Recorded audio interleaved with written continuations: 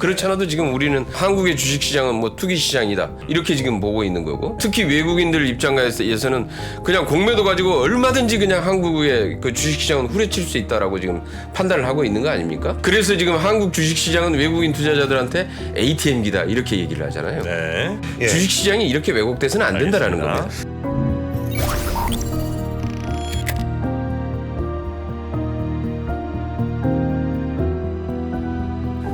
네, 공매도에 대한 이야기 우리 투자자분들, 개인 투자자분들이 정말 많이 얘기를 했는데 예. 뭐 그래서 거기에 대한 얘기도 저희도 이제 다룬 적이 좀 있었고요. 그런데 언론에서 혹은 뭐 저희 같은 유튜브 채널에서 아무리 이야기해도 법으로 마련되지 않으면 사실 안 되는 거 아니겠습니까? 그렇죠. 제도 개선이 없으면 네. 약간 공연불에 불과할 수도 있죠. 그래서 이제는 제도 개선할 사람을 데려와 봤습니다. 본인 입으로 말씀하시고 나면 안 할 수 없겠죠. 네. 예. 어떻게 할 건지 당장 마련하실 더불어민주당의 김경협 의원님 어서 오십시오. 네, 반갑습니다. 네, 반갑습니다. 안녕하세요. 와. 빛날 경자 의리업자, 의협심이 빛나는 정치 김경협입니다. 예. 네. 근데 목소리가 굉장히 좋으시네요. 우리 정용진 앵커보다는 좀 떨어지죠. 아닙니다. 목소리로 우리 정치하실 거 아니잖아요. 우리 개인 투자자들 이익을 목소리로 보여주실 거 아니지 않습니까? 그렇죠. 목소리만 좋은 건 아닙니다. 법안으로 해주셔야죠. 내용이 더 좋습니다. 내용이 좋습니다. 자, 어떤 내용입니까, 근데? 우리가 이제 공매도를 흔히 필요악이다 이렇게 얘기하시는 분들이 많잖아요. 네. 예. 악인 건 분명히 맞는 것 같고, 아, 그래요? 예. 그런데 필요한지에 대해서는 저는 의구심을 가지고 있습니다. 그래서 지금 우리 시장에서 공매도가 지나치게 주식시장에 확산돼 있고 네. 주가에 지나치게 영향을 미치고 있다라고 음. 판단을 하고 있고요. 문제는 이것이 이제 장단점이 있다고 이제 뭐 논란을 하고 있긴 있는데 현실적으로 이 공매도를 폐지하기가 어렵다면은 예.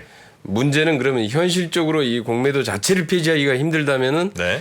지금의 공매도가 지나치게 시장에서 영향력을 과도하게 확장하고 있는 부분 네. 하나가 있고 하나는 공매도 시장 내에서 불공정한 경쟁, 개인 투자자와 기관 외국인 투자자 간의 불공정한 경쟁이 분명히 존재하고 있는 거죠. 예. 그러니까 이 부분은 좀 바로 잡아야 되겠다라는 것입니다. 너무 비대해져 있는 공매도 규모도 좀 줄이실 생각이신 거고. 예, 그래서 이번에 이제 이 법을 저는 이제 이렇게 붙였는데 네. 공매도를 이용한 개미 털어먹기 방지법. 너무 좀 인기 영합적으로 가시는 거 아닙니까? 예? 아니요, 이거 실제로 그렇습니다. 이게 지금 아까 지금 우리 공매도 제도가 이제 기울어진 운동장이다 이런 표현을 쓰셨잖아요. 네네네. 근데 이게 단지 운동장이 기울어진 정도가 아니라 지금 우리 공매도 시장은 이 승패가 이미 정해진 운동장이다. 저는 이렇게 보고 있어요. 어떤 면에서 그렇습니까? 이미 첫 번째 네. 정보의 비대칭성, 그다음에 네. 자본력의 크기, 매매 기술. 실제로 개인과 외국인 그다음에 기관 투자자들 간에는 네. 체급의 차이가 존재합니다. 그렇군요. 완전히 이것은 네. 플라이급과 하나는 헤비급이죠. 플라이급과 헤비급을 같은 링 안에 넣어놓고 지금 경기를 시키는 건데요. 문제는 거기에서 이 체급만 다른 게 아니라 네. 거기에 사용하는 글러브도 다르다. 그다음에 실제로 거기에 쓰는 룰도 다릅니다. 그러니까 네. 개인 투자자는 이 복싱만 하게 해놓고 주먹만 쓰게 해놓고 네.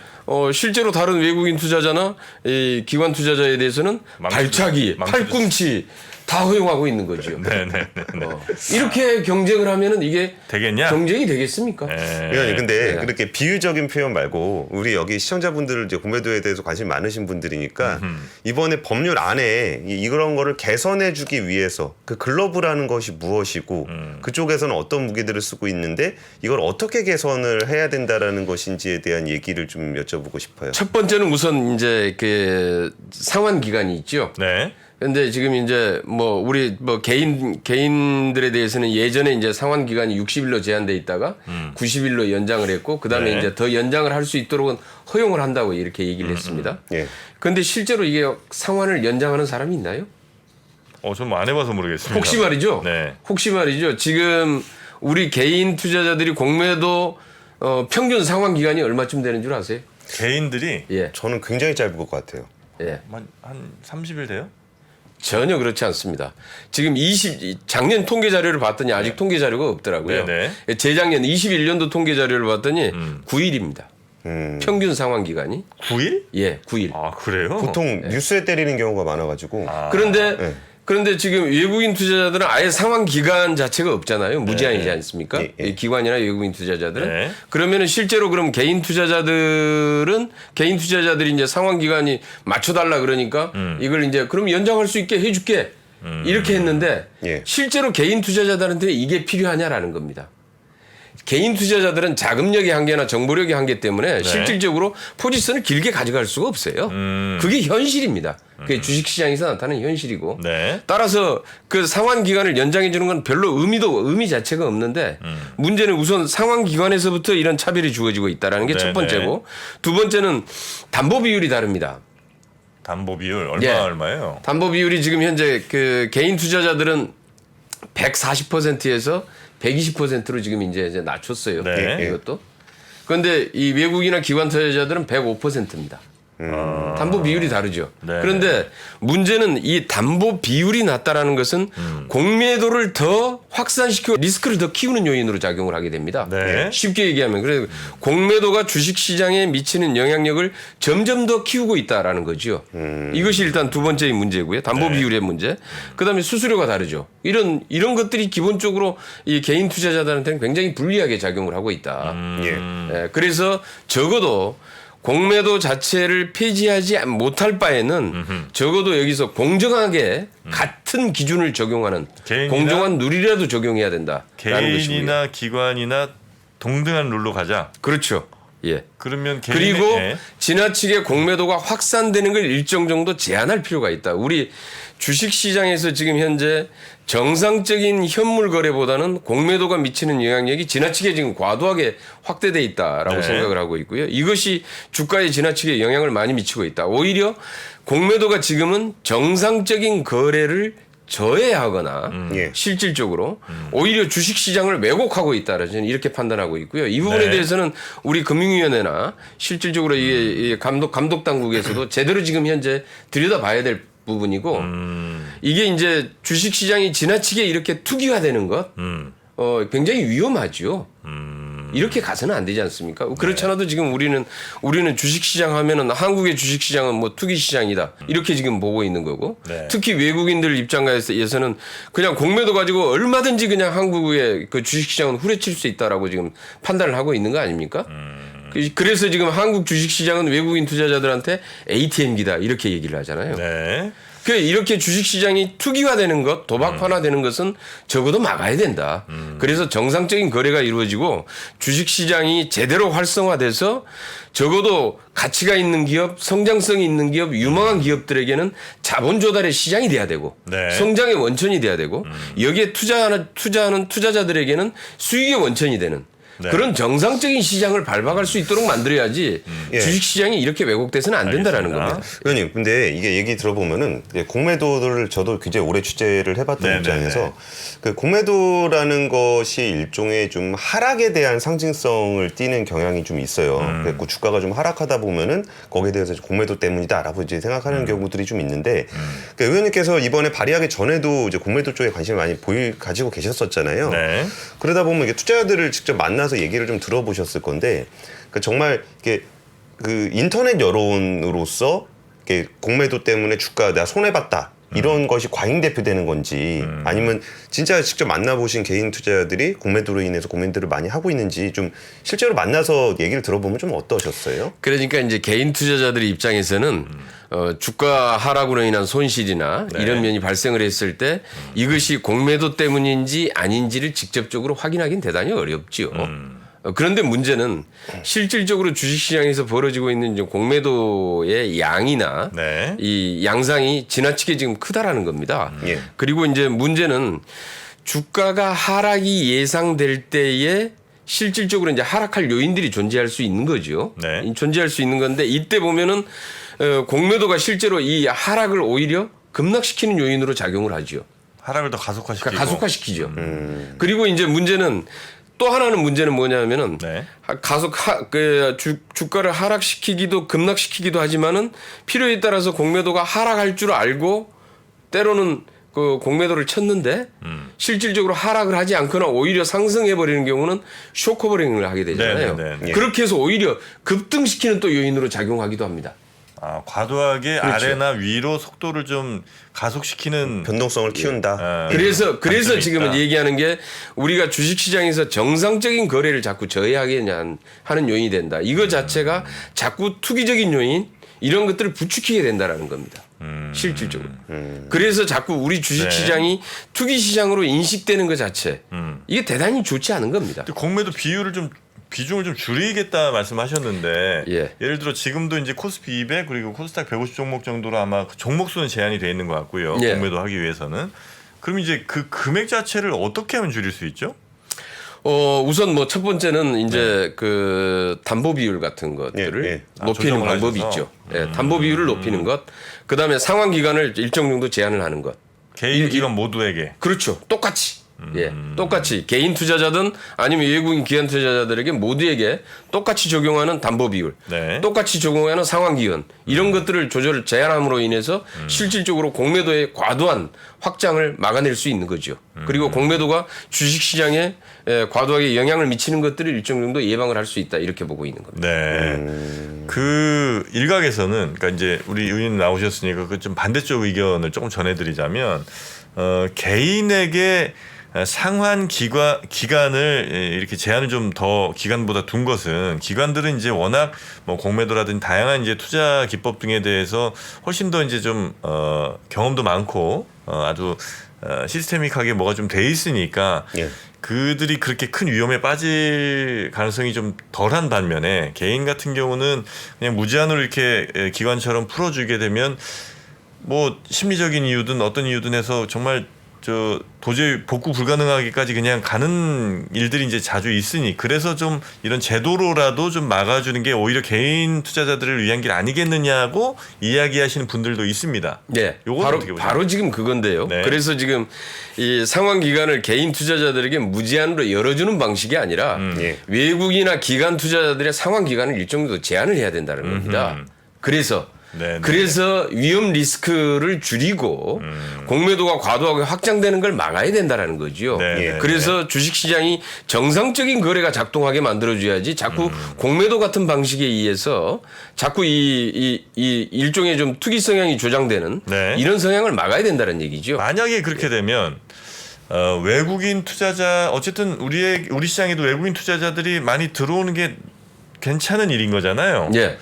그런데 외국인들이 볼 때 다른 나라들에 비해서 우리나라가 공매도 비율도 예를 들면 아마 담보 비중도 아마 줄이실 것 같고 그 다음에 공매도 기한도 제한을 두실 것 같은데 그렇게 되면 야, 저 시장 가서 먹을 게 있겠냐? 라는 생각에 혹시 우리 시장에 덜 들어올 가능성에 대해서는 혹시 어떻게 보십니까? 그래서 이제 한번 과거에 좀 사례를 봤는데요. 네. 예. 우리가 코로나 팬데믹이 터지고 나서 일정 기간 공매도 자체를 금지시킨 적이 있었죠. 그런데 외국인 투자자들이 그때 어떻게 됐죠? 변화가 없습니다. 오히려. 그런 걸로 그리고 변화는 주식시장이 오히려 활성화됐어요.